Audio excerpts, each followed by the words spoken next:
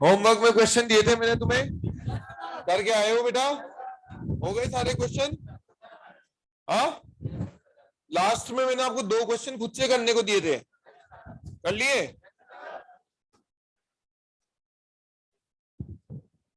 लाओ 2 क्वेश्चन देख लेते हैं एक बार अपन। लाओ आंसर बताओ बेटा। आंसर क्या आ रहा है? एक का तो आ रहा है 5.4 और दूसरे का आ रहा है माइनस, दोनों ही आंसर सही है। फिर भी देख लेते हैं एक बार। क्वेश्चन नंबर 6 जो था, सॉल्यूशन नंबर 6, सॉल्यूशन नंबर 6 में अपने को बोला गया है क्वेश्चन में, एक मेटल का बल्क मॉडुलस अपने को दिया हुआ है 10 टू द पावर 10।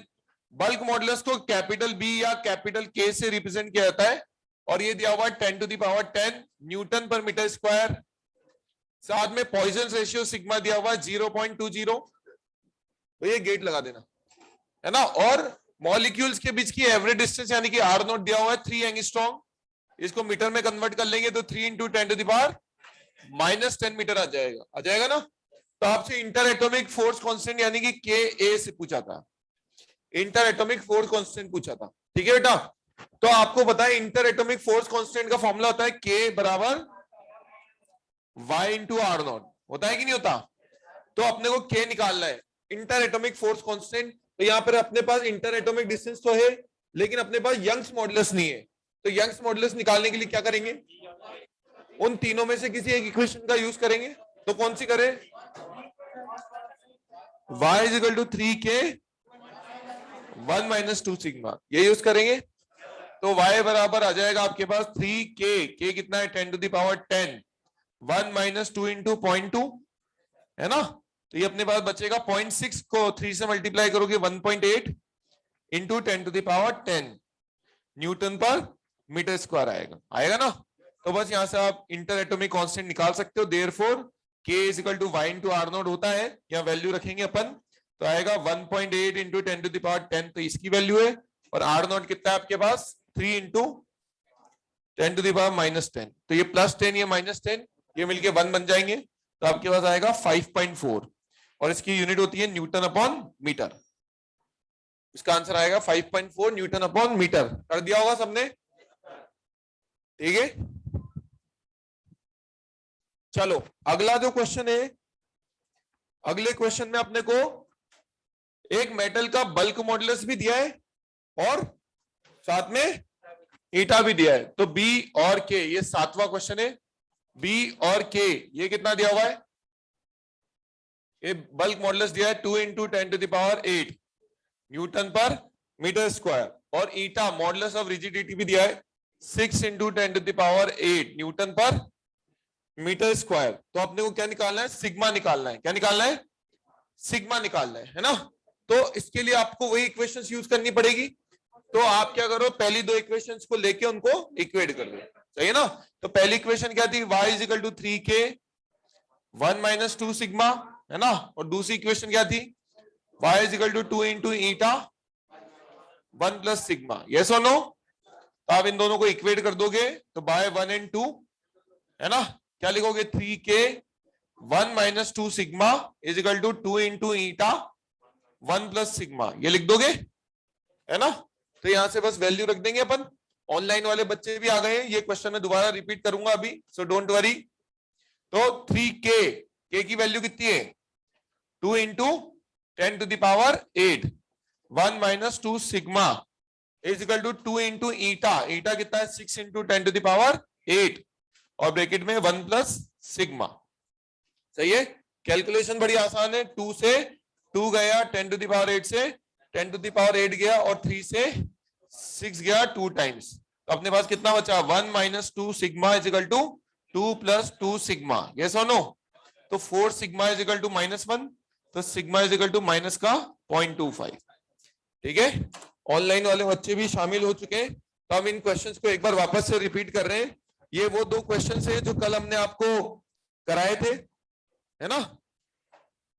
ठीक है, ये 2 क्वेश्चन है जो मैंने आपको होमवर्क में दिए थे। तो ऑनलाइन वाले स्टूडेंट्स ये 2 क्वेश्चन होमवर्क में दिए थे मैंने, आप अपने आंसर चेक कर लो, आंसर मैच करो। यही आंसर आ रहे होंगे आप लोगों के भी, हिंट मैंने दे दिया था ऑलरेडी। ठीक है, तो एक बार वापस से रिपीट कर लेते हैं हम इन क्वेश्चंस को। ठीक है, तो कल के जो लास्ट 2 क्वेश्चन ये उनके सॉल्यूशन है। पहला क्वेश्चन था कि एक मेटल का बल्क मॉडुलस कितना दिया हुआ है अपने को 10 to the power 10 newton per metre square. ठीक है ना, और बोला गया है इसका पॉइजन रेशियो कितना है 0.20 और बोला गया है कि मॉलिक्यूल्स के बीच की एवरेज डिस्टेंस 3 एंगस्ट्रॉम है, यानी कि इंटर एटॉमिक डिस्टेंस दिए, इसका अपन ने मीटर में कन्वर्ट कर लिया। आप सब जानते हो कि 1 एंगस्ट्रॉम में कितने मीटर होते हैं 10 टू द पावर -10 मीटर होते हैं। ठीक है ना, तो ये अपन ने मीटर में कन्वर्ट कर लिया। आपने को इंटर एटॉमिक फोर्स कांस्टेंट पूछा है, कल पढ़ा था ना अपन ने, किससे रिप्रेजेंट करते हैं स्मॉल के से या के ए से, है ना, ए फॉर एटॉमिक। तो इसका जो फॉर्मूला होता है हम सब जानते हैं क्या होता है y इंटू आर नोट। तो क्वेश्चन में हमें आर नोट तो डायरेक्ट दिया हुआ है लेकिन यंग्स मॉडुलस नहीं दिया हुआ। तो यंग्स मॉडुलस के लिए जो कल हमने 3 इक्वेशंस यूज करी थी उसमें से पहली इक्वेशन यूज करिए y is equal to 3k 1 minus 2 sigma. सही है ना, तो अपने को यहाँ बल्क मॉडुलस दिया हुआ है कैपिटल के, वो हमने रख लिया 3 इंटू 10 टू द पावर 10 और 1 माइनस 2 सिग्मा, सिग्मा दिया हुआ है 0.2। इसको अपन सॉल्व करेंगे, 1 में से 0.4 जाएगा तो 0.6 बचेगा, 0.6 इंटू 3 कितना होता है 1.8। ठीक है, तो क्योंकि आपने bulk modulus Newton per metre square में रखा था, ये भी किसमें आएगा न्यूटन पर मीटर स्क्वायर में आएगा ना। तो ये आपके पास यंग्स मॉडुलस आ गया। अब आप इंटर एटॉमिक फोर्स कांस्टेंट निकाल सकते हो y इंटू आर नॉट करके। y की वैल्यू अपन ने कितनी रखी 1.8 इंटू 10 टू द पावर 10 और आर नॉट कितना है 3 इंटू 10 टू द पावर -10, है ना। इससे तो ये कट ही जाएगा 1 टाइम्स, तो 1.8 इंटू 3 कितना होता है 5.4। कल मैंने आपको इसकी यूनिट भी बता दी होगी, न्यूटन पर मीटर होती है। समझ में आया? इसके बाद मैंने कल जो आपको लास्ट क्वेश्चन दिया था उसमें एक मटेरियल का बल्क मॉडुलस भी दिया था और मॉडुलस ऑफ रिजिडिटी भी दिया था, याद है ना। अपने को क्या निकालना था पॉइजन रेशियो। क्या निकालना था? क्या हमारे पास उन 3 इक्वेशन में ऐसी कोई इक्वेशन थी जिसमें ये तीनों आते हो? नहीं थे ना। तो हमने इसके लिए पहली 2 इक्वेशन यूज करी। क्या यूज करी? पहली इक्वेशन में y is equal to 3k 1 minus 2 sigma होता है, दूसरी इक्वेशन में y बराबर 2 इंटू ईटा 1 प्लस सिग्मा होता है। क्वेश्चन में हमें k और ईटा दिया है और सिग्मा पूछा है, तो y को हटाना पड़ेगा। इन दोनों को हमने इक्वेट कर दिया, इन दोनों को y के बराबर कर दिया तो y हट गया। तो हम देख सकते हैं हमने लिखा 3k 1 माइनस 2 सिग्मा किसके बराबर है 2 इंटू ईटा 1 प्लस सिग्मा के, है ना।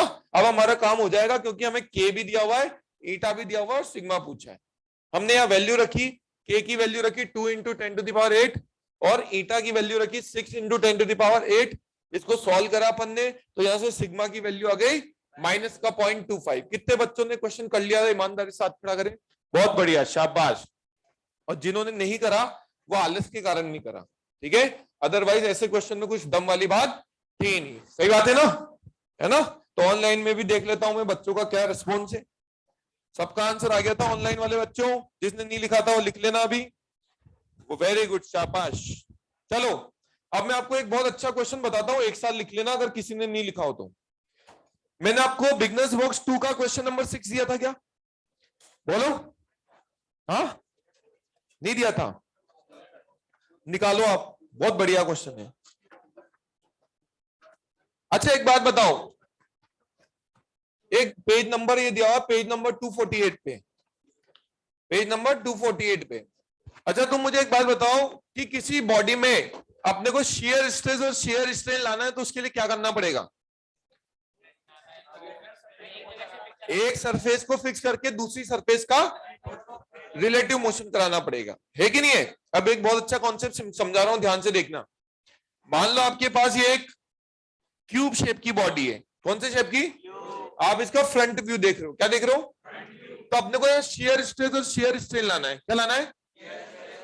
तो अपन या तो नीचे वाली सरफेस को फिक्स कर दें ताकि ये मूव नहीं कर पाए, और ऊपर वाली सरफेस पे टेंजेंशियल फोर्स लगाए, है ना, तो उसका डिस्प्लेसमेंट हो जाएगा नीचे वाली के रिस्पेक्ट में। यस और नो? या अपन एक काम और कर सकते हैं कि यहां पर एक सपोर्ट लगा दें, क्या लगा दें? सपोर्ट लगा दें। तो ये सपोर्ट लगा देंगे तो इसका मोशन नहीं होने देगा, नहीं होने देगा ना। जैसे कि डस्टर है, ये डस्टर है, इधर ये इसका वुडन ये जो सपोर्ट है ना, तो अब ये मोशन तो नहीं होगा। अब मैं चाहूं तो इसके अपर सरफेस पे फोर्स लगा के क्या कर सकता हूँ? डिफॉर्मेशन कर सकता हूँ, कर सकता हूँ ना। तो सपोर्ट लगाया अपन ने, तो हुआ क्या, अपन ने यहाँ से कितना फोर्स लगाया? एफ। तो ये ब्लॉक भी इस पे कितना फोर्स लगाएगा? एफ। तो एक्शन रिएक्शन ये सपोर्ट भी इस पे कितना फोर्स लगाएगा? एफ। आई बात समझ में? तो इस क्वेश्चन में बोला गया है कि यहाँ दो टेंजेंशियली फोर्स लगे हैं, एक ऊपर और एक नीचे, एक अपर सरफेस पर और एक लोअर सरफेस पर। तो लोअर सरफेस वाला एक तरीके से किसका काम कर रहा है? सपोर्ट का काम कर रहा है। वो किसको रोक रहा है? मोशन को। मान लो मैं केवल अपर सरफेस पे फोर्स लगाऊं तो क्या होगा? मोशन हो जाएगा ना, है ना। आई बात समझ में? तो यहाँ इस डायग्राम में दिया हुआ है, देखो टेंजेंशियली फोर्स लग रहे हैं, एक ऊपर और एक नीचे। तो एक फोर्स को आप किसकी तरह समझोगे? सपोर्ट की तरह समझोगे। आई बात समझ में? तो आप अपन इस क्वेश्चन को पढ़ते हैं और इसको सॉल्व करते हैं, ठीक है। ये है आपका बिगनर्स बॉक्स 2 का क्वेश्चन नंबर 6। बिगनर्स बॉक्स 2 का क्वेश्चन नंबर 6 मैं आपको पढ़ के सुनाता हूं, सुने ध्यान से। क्वेश्चन में बोला है कि two parallel and opposite forces each of magnitude 4000 newton are applied tangentially to the upper and lower faces of a cubical metal block of side 25 centimeter। Diagram भी दिया हुआ है। आगे बोला है if the shear modulus for the metal is 8 into 10 to the power 10 Pascal, then find the displacement of the upper surface relative to the lower surface। तो मैं आपको बताता हूँ क्वेश्चन में क्या बोला है। हमारे पास एक क्यूब शेप की बॉडी है, कौन सी शेप की? उसका फ्रंट व्यू बना रहा हूं मैं। क्या बना रहा हूं बेटा? फ्रंट व्यू बना रहा हूं। क्यूब शेप की बॉडी है तो फ्रंट व्यू क्या दिखेगा तुम? स्क्वायर। क्या दिखेगा? इसकी हर एक साइड की लेंथ है 25 सेंटीमीटर। कितनी है? ये भी 25 है और ये भी। ये बात समझ में आई? इसके अपर और लोअर फेस पे टेंजेंशियल फोर्स लगा रहे हैं, इक्वल एंड अपोजिट। ये है 4000 न्यूटन का। कितना? तो ये भी कितना लग रहा है? 4000 न्यूटन का। समझ में आया? तो ये टेंजेंशियल फोर्स लग रहा है तो इसकी वजह से कौन सा स्ट्रेस आएगा? Shear stress. कौन सा आएगा? तो ये अपर सरफेस का लोअर सरफेस के रिस्पेक्ट में मान लो एक्स डिस्प्लेसमेंट हो गया। कितना हो गया? क्वेश्चन में इस एक्स को एल बोल रखा है। क्या बोल रखा है? ये एल निकालना है, लेकिन हम जो फॉर्मूले में हमने जो सीखा है हम उसके अकॉर्डिंग इसको क्या बोलते हैं? एक्स। हमने आपको फॉर्मूले में इसको एक्स करके लिखा है ना, तो इसलिए मैंने यहाँ पे भी क्या लिख दिया? एक्स। ये एक्स अपने को निकालना है। तो ये कुछ ऐसा हो गया होगा, अपर सरफेस हो गया होगा ना बेटा। और इसके मटेरियल का modulus of shear modulus of elasticity दिया हुआ है अपने को। कितना दिया है? 8 into 10 to the power 10, है ना, पास्कल। ऐसा यूनिट में दिया है। और we have to find X, we have to find. Question समझ में आया नहीं आया? पक्का? तो definitely shear modulus of elasticity दिया है तो फॉर्मूला भी उसका लगेगा, लगेगा नहीं लगेगा? तो बताओ उसका फॉर्मूला क्या होता है? Eta is equal to F by A upon X by L. Yes और नो? ये ए क्या है यहाँ पर? किसका एरिया? जिस भी सरफेस पे फोर्स लगाया उसका एरिया, अपर सरफेस का एरिया। क्या ये एल स्क्वायर नहीं होगा? स्क्वायर शेप की तो होगी। क्यूब की अपर सरफेस कैसी होती है? स्क्वायर ही तो होती है। तो क्या मैं इस ए को एल स्क्वायर लिख दूं? तो ये अपने पास आ जाएगा F upon L square divided by x by L. समझे? तो क्या मैं एल से एल काट दूं? पक्का? तो ये अपने पास बचा एफ अपॉन एक्स एल। क्या बचा? यहां से एक्स निकाल लेंगे तो therefore we can write x is equal to f upon eta l। क्या लिख सकते हैं? लिख सकते हैं ना? हो गया अपना काम। सारा डेटा ऐसा यूनिट में रख देंगे ना। तो f कितना है अपने पास? 4000। कितना है? और ईटा कितना है? 8 into 10 to the power 10। समझ में आया? और l कितना है? इसको मीटर में बदलने के लिए 10 to the power 2 -2 से मल्टीप्लाई कर देंगे ना। 1 मीटर में 100 सेंटीमीटर, तो 1 सेंटीमीटर में 10 to the power -2 मीटर। सही बात है बेटा? सारा डेटा एसआई में कन्वर्ट कर लिया। कैलकुलेशन बहुत आसान है। 8 से ये जा रहा है 500 टाइम्स। कितनी टाइम्स? और 525 से कितनी बार जाएगा 20 टाइम्स, तो ये तुम्हारे पास आ जाएगा 20 इंटू 10⁻⁻8। नीचे क्या बच रहा है -8, नीचे 8 10⁻8 ऊपर जाके माइनस, और इसकी यूनिट लगेगी मीटर। क्या लगेगी, क्या आंसर आएगा इसका 20 इंटू 10⁻⁻8 मीटर। समझे, है ना। तो इस तरीके से क्वेश्चन अपने को करना था, है ना। मेन मेरा मोटिव आपको ये था इस क्वेश्चन को समझाने का, स्कोर इसको, है ना। बच्चा कंफ्यूज हो जाता है जनरली कौन सा फोर्स ले, सर ये लें या ये लें या दोनों लें, 2F लें, क्या करें। तो आपको समझ में आया पक्का। एक को फोर्स को था, एक तरीके से यूं समझो मोशन रोकने का काम कर रहा है, ठीक है। अब लिखो इसको, फिर अपन नई चीजें देखते हैं आज।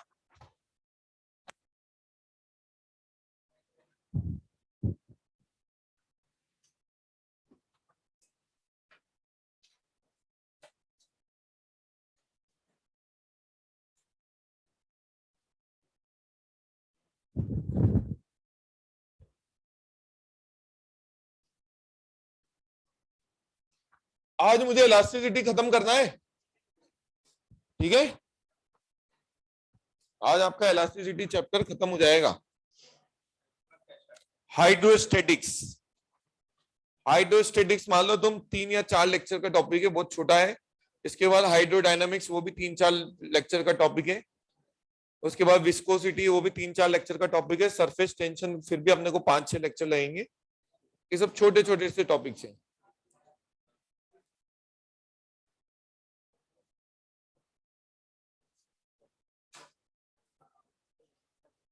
क्या बेटा, टोटल लेक्चर इसमें लगते हैं करीबन 18-20।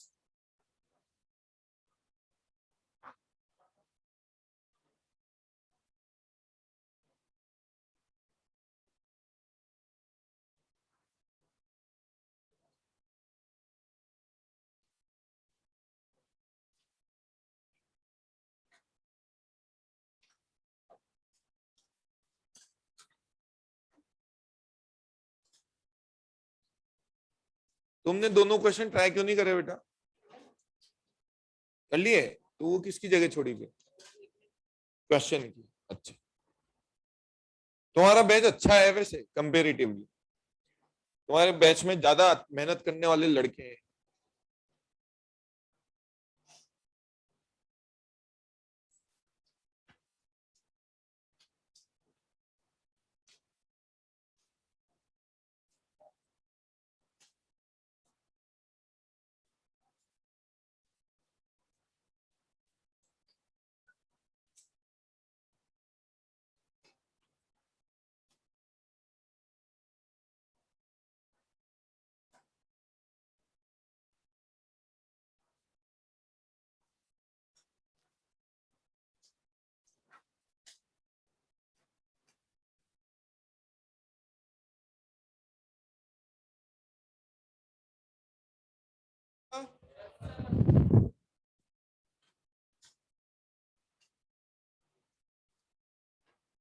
हम डिस्कशन करेंगे आज के लेक्चर के बाद।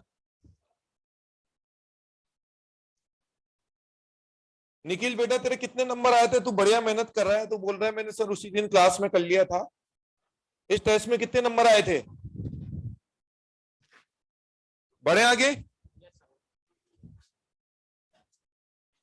ठीक है। तुम एक बात याद रखना बेटा कि अपने एलन में जो कॉमन टेस्ट होते हैं या इसके बाद जो मेजर टेस्ट होंगे उसमें जो तुम्हारी रैंक चलेगी, है ना, एक तरीके से वही मान लो उसके आसपास ही आपकी नीट में रैंक आएगी। क्यों आएगी, क्योंकि इंडिया भर के टॉपर्स तो यही, हर एक स्टेट का टॉपर आएगा समझ में। तो कॉमन टेस्ट में, मेजर टेस्ट में जो आपकी रैंक आएगी वो आपका कॉन्फिडेंस बहुत बढ़ाएगी। तो कोशिश करना कि उसमें अच्छे से अच्छा परफॉर्म करें अपन। मेजर टेस्ट होगा आपका सिलेबस होने के बाद। मुझे मुझे कंफर्म नहीं है सिलेबस कब तक होगा, लेकिन जो अभी सिलेबस बचा है उसके अकॉर्डिंग मुझे लग रहा है कि जनवरी तो पूरा जाएगा आपका, ठीक है। क्योंकि अभी तो थर्मल फिजिक्स बचा है, बहुत बड़ा टॉपिक है वो। एसएचएम वेव बचा है ना। वो डिपेंड करता है कितना टाइम बचा है, उस पर डिपेंड करता है बेटा, ठीक है। चलो आगे बढ़े।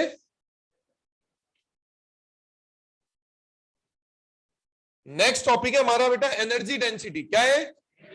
अच्छा, तुम डेंसिटी का मतलब क्या समझते हो? Mass upon volume. वो एक्चुअली उसका पूरा नाम होता है मास डेंसिटी। क्या होता है? लेकिन वो इतना फ्रिक्वेंटली यूज आता है कि जनरली उसको अपन बोलते हैं डेंसिटी। किसी भी फिजिकल क्वांटिटी के पीछे डेंसिटी लगाओ तो उसका मतलब होता है पर यूनिट वॉल्यूम। क्या होता है? जैसे कि एनर्जी डेंसिटी तो क्या होगा? Energy per unit volume. Mass density मतलब, तो आज हम पढ़ रहे हैं एनर्जी डेंसिटी। क्या पढ़ रहे हैं? सही है ना? उससे पहले मैं आपको एक चीज और बताऊंगा। हम कंपेयर करेंगे स्प्रिंग और वायर को। किसको? तो आप देखोगे सब कुछ सेम है ना? तो इस टॉपिक का नाम है analogy between spring and wire. क्या है टॉपिक का नाम? Analogy between spring and wire. अच्छा, एनालॉजी का मतलब क्या होता है? सिमिलरिटीज। यस और नो? तो आज आप देखोगे दोनों सेम है। इधर तो एक तरफ हमने लिख लिया स्प्रिंग। क्या लिख लिया? स्प्रिंग लिख लिया। और एक तरफ लिख लिया वायर। तो wire is on fire today, है ना? कल भी वायर के बारे में पढ़ रहे थे अपन। सबसे पहला देखो आप, तुमने एनएलएम में पढ़ा है कि भाई कोई स्प्रिंग है हमारे पास। इस स्प्रिंग को अगर अपन एलोंगेट या कंप्रेस करेंगे, क्या करेंगे? ठीक है, तो इसमें स्प्रिंग फोर्स आएगा। और वह हमेशा जो भी आप एलोंगेशन या कंप्रेशन कर रहे हो उसके अपोजिट डायरेक्शन में आएगा। तो उसका आप लिखते हैं F बराबर माइनस के एक्स। क्या लिखते हो? माइनस तो डायरेक्शन बताता है। क्या बताता है? बताता है ना? लेकिन उसका मैग्नीट्यूड जो होगा स्प्रिंग फोर्स का वो कितना होगा? के एक्स होगा कि नहीं होगा? या एक्स तो क्या है? एलोंगेशन है। या इस डायग्राम के अकॉर्डिंग एलोंगेशन है। ये कंप्रेशन भी हो सकता है। और के क्या है? स्प्रिंग कांस्टेंट है। किस पे डिपेंड करता है? मटेरियल की प्रॉपर्टी पर। किस पर? सेम ऐसा अगर मैं बात करूं किसके लिए? वायर के लिए। किसके लिए? ये हमारे पास एक सिलेंड्रिकल शेप का वायर है। क्रॉस सेक्शन के परपेंडिकुलर फोर्स लगा के हमने इसको एलोंगेट करा। तो माना कि इसकी लेंथ में डेल्टा एल का एलोंगेशन हुआ। कितना? हमने एफ एक्सटर्नल ऐसे लगाया तो इसके अंदर इंटरनल रिस्टोरिंग फोर्स ऐसा आया। उसको हमने एफ वायर नाम दे दिया। क्या नाम दे दिया? क्या ये एफ वायर आपने पढ़ा हुआ नहीं है? A Y by L into delta L. Yes और नो? क्या यहाँ ए और एल वायर का इनिशियल क्रॉस सेक्शन और लेंथ नहीं है? क्या वायर मटेरियल की प्रॉपर्टी नहीं है? तो क्या ये टर्म कांस्टेंट नहीं हो गया? तो क्या इस वायर के फोर्स को हम के डेल्टा एल नहीं लिख सकते? तो ये के किसका कांस्टेंट है? किस पे डिपेंड करेगा? वायर के मटेरियल पर। किस पे डिपेंड करेगा? अरे करेगा नहीं करेगा? ये के किस पे डिपेंड करेगा? ठीक है ना? तो सेम ही तो बात है। इधर के एक्स, इधर के डेल्टा एल। इधर एलोंगेशन या कंप्रेशन को आप एक्स से डिनोट कर रहे हो या डेल्टा एल से कर रहे हो। इधर ये स्प्रिंग का कांस्टेंट है जो स्प्रिंग के मटेरियल पे डिपेंड करता है। इधर ये वायर का कांस्टेंट है। किस पे डिपेंड करता है? वायर के मटेरियल पर। यस और नो? ये सारी कहानी तो आपने सुनी थी एनएलएम में। किसमें? और याद करो वर्क पावर एनर्जी वाले दिन जहां आपने पढ़ा था कि स्प्रिंग को हम अगर एक्स एलोंगेट करेंगे या एक्स कंप्रेस करेंगे तो हमें स्प्रिंग फोर्स के अगेंस्ट वर्क करना पड़ेगा। और वो वर्क डन उसमें से पोटेंशियल एनर्जी स्टोर हो जाता है। और वो कितना होता है? हाफ के एक्स स्क्वायर। क्या हो जाता है? होता है कि नहीं होता? सेम वैसे यहाँ होगा हाफ के डेल्टा स्क्वायर। क्या होगा? आई बात समझ में? ठीक है, तो मैं लिखता हूं। ठीक है, वर्क डन रिक्वायर्ड। क्या लिखे अपन? Work done required. याद है कि तुम भूल गए वो दिन? Work done required in stretching. ठीक है, स्ट्रेचिंग अ spring.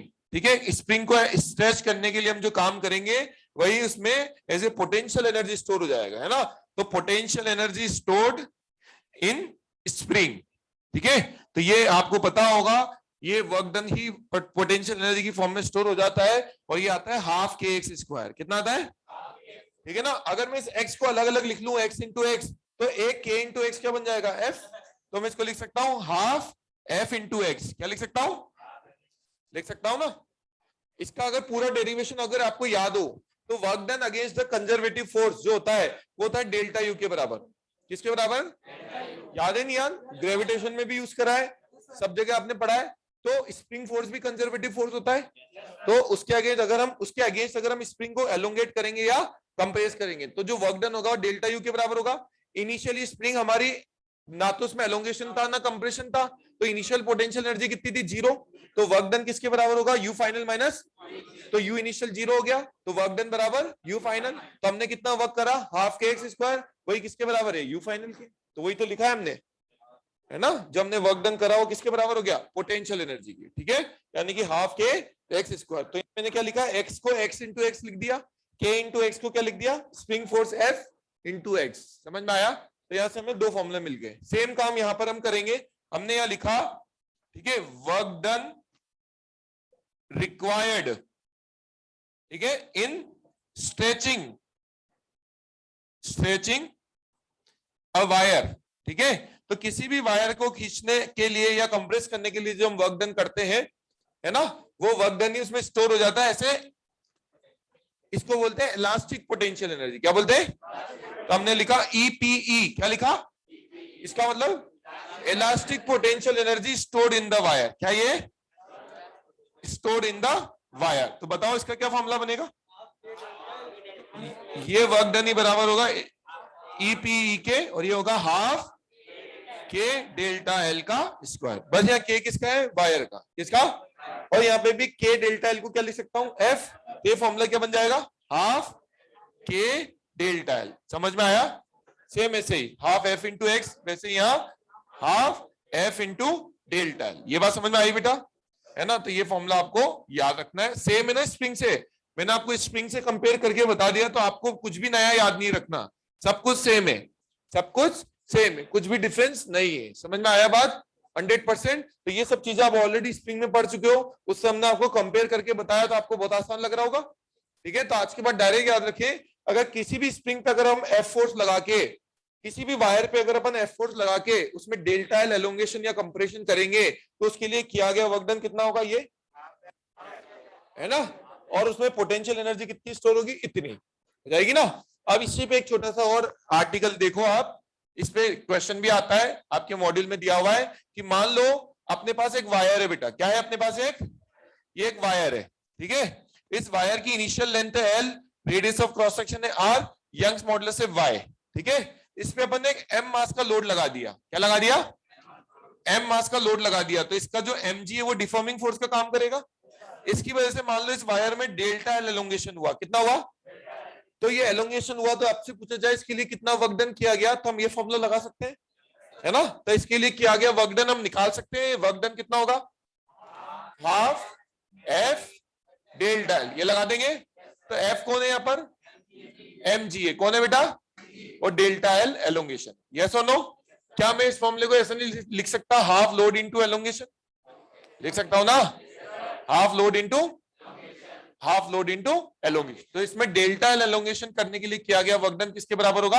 Half load into elongation. हमसे पूछा जाए कितनी पोटेंशियल एनर्जी आई, इतनी आई। समझ में आई बात? अब एक बात ध्यान से सुनो और समझो। अगर क्वेश्चन में हमें इस तरह का कोई क्वेश्चन दिया है जिसमें एक वायर से एक ब्लॉक लटका हुआ दिया है, ब्लॉक का मास दिया हुआ है, क्या दिया हुआ है, और एलोंगेशन डायरेक्ट दिया है, और आपसे वर्क डन पूछे या इलास्टिक पोटेंशियल एनर्जी पूछे, तो आप इससे निकाल दोगे। लेकिन अगर क्वेश्चन में आपको डेल्टा एल नहीं दिया, क्या नहीं दिया, और ये दिया है पैरामीटर एल आर और वाई, तो हमें डेल्टा एल को कन्वर्ट करना पड़ेगा in terms of L R and Y. कर सकते हैं? हमें बताए डेल्टा एल बराबर होता है एफ एल अपॉन ए वाई। क्या होता है? तो इसको मैं अगर एक और फॉर्म में लिखना चाहूं, ठीक है, तो मैं वापस से उस फॉर्मूले को यूज करता हूं, half F into delta L, ये लिखूं, और डेल्टा एल को क्या लिख दूं? बोलो, एफ एल अपॉन, यस और नो? तो ये आपके पास क्या बन जाएगा? F square L upon 2ay, और ए को लिख दिया पाई आर स्क्वायर। सही है ना? ए को क्या लिख दिया? ठीक है, चलो यहां मैं ए को ए लिख देता हूं, अगली स्टेप में लिख दूंगा, तो ये आ जाएगा 2ay। यस और नो? तो इसको अगर मैंने फर्दर लिखा, एफ को क्या लिख सकता हूं? M G. ये क्या आ जाएगा? एम जी का whole square L upon 2 pi R square into Y. तो कहीं ना कहीं आपको इस फॉर्म में भी जरूरत पड़ सकती है। सही है ना? तो अगर क्वेश्चन में हमें डेल्टा एल डायरेक्ट ना दिया हो, बल्कि इसकी जगह वायर की इनिशियल लेंथ दी हो, रेडियस ऑफ क्रॉस सेक्शन दिया हो, यंग्स मॉडुलस दिया हो, तो हम इसकी जगह क्या यूज करेंगे? डेल्टा एल को रिप्लेस कर देंगे एफ एल अपॉन ए वाई से। तो इस फॉर्म में हम आंसर ला सकते हैं ना। तो अभी आपने इस आर्टिकल से क्या सीखा? आपने इस आर्टिकल से सीखा कि जिस तरीके से स्प्रिंग को एक्स एलोंगेट या कंप्रेस करने के लिए करते हैं हम, तो उसमें स्प्रिंग फोर्स कितना आता है? के एक्स। वैसे वायर में डेल्टा एल एलोंगेशन या कंप्रेशन पे कितना फोर्स आता है? के डेल्टा एल, है ना। इसके बाद स्प्रिंग को अपन एक्स एलोंगेट या कंप्रेस करते हैं, तो उसमें पोटेंशियल एनर्जी आती है, वो किसके बराबर होती है? किए गए वर्क डन के, है ना, जो किसके बराबर होती है? हाफ के एक्स स्क्वायर या half F into x. Same ऐसे वायर को हम अगर डेल्टा एल एलोंगेट या कंप्रेस करेंगे, तो किया गया वर्क डन कितना होगा, हाफ के डेल्टा एल का स्क्वायर या half F into delta L, या उसमें इलास्टिक पोटेंशियल एनर्जी कितनी आ जाएगी, हाफ के डेल्टा एल स्क्वायर या half F into delta L. ये बात समझ में आई 100%। ठीक है, इसके बाद आपने क्या सीखा कि अगर हमारे पास कोई वायर हो, ठीक है, जिसपे एम मास का लोड लगा दिया जाए और उसमें डेल्टा एलोंगेशन हो, तो उसमें वर्क डन कितना होगा, हाफ लोड इंटू एलोंगेशन। क्या ये कोई अलग से फॉर्मूला है, ये तो यही फॉर्मूला है ना, एफ की जगह क्या रख दिया बस एम जी। सही बात है। आपके मॉड्यूल का एक छोटा सा क्वेश्चन करा रहा हूं, एक्सरसाइज 1 का 31 क्वेश्चन निकालो आप सब अपने अपने मॉड्यूल में।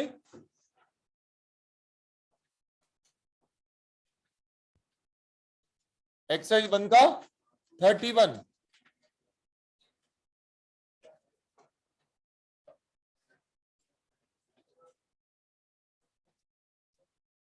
निकाल लिया बेटा, क्या लिखा है पढ़ना एक बार।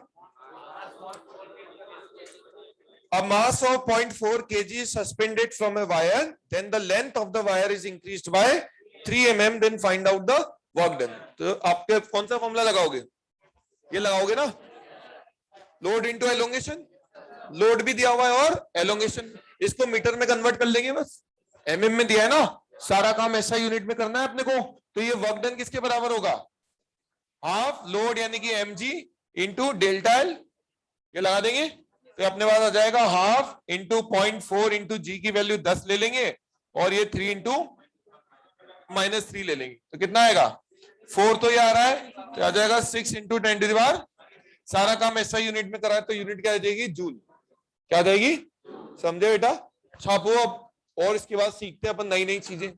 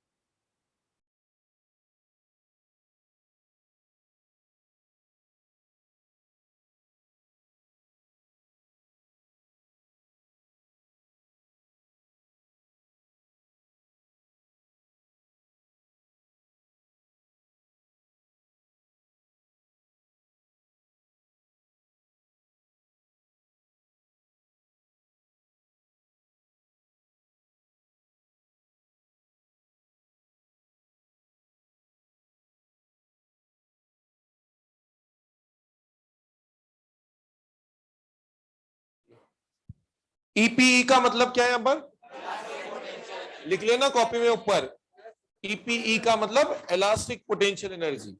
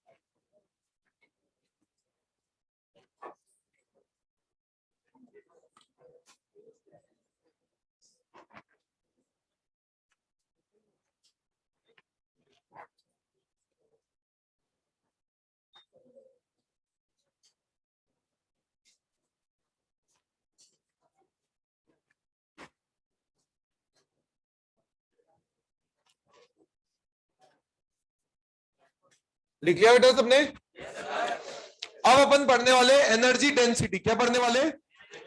अभी अभी अपन ने देखा कि वायर में कितनी इलास्टिक पोटेंशियल एनर्जी स्टोर हो जाएगी जब हम उसे एलोंगेट या कंप्रेस करेंगे। सही बात है। वो जो एनर्जी आ रही है इलास्टिक पोटेंशियल एनर्जी, वो पूरे वायर में आई है। किसमें आई है?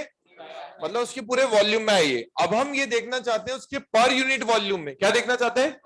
पर यूनिट वॉल्यूम में कितनी इलास्टिक पोटेंशियल एनर्जी आई है। तो उसको हम क्या बोलेंगे? Energy density. क्या बोलेंगे? डेंसिटी का मतलब पर यूनिट वॉल्यूम, डेंसिटी का मतलब आगे लग रहा है एनर्जी, तो क्या बनेगा? Energy per unit volume. क्या बनेगा? ठीक है बेटा। तो एनर्जी पर यूनिट वॉल्यूम यानी कि एनर्जी डेंसिटी को, ठीक है, एनर्जी डेंसिटी ये बेसिकली है पीईडी, पोटेंशियल एनर्जी डेंसिटी। क्या ये? इसको अपन सब जगह यू सिंबल से लिखेंगे। क्या लिखेंगे?